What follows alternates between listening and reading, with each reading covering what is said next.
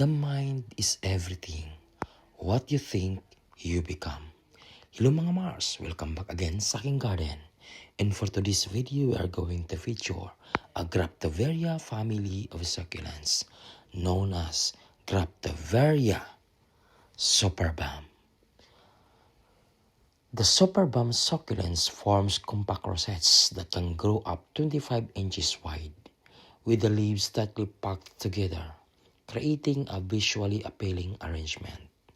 The flowers of Graptopetalum superbum bloom in late winter to early spring, with star-shaped yellowish white petals and dark red markings. These clusters of star-shaped flowers and a touch of the beauty of the already captivating plant.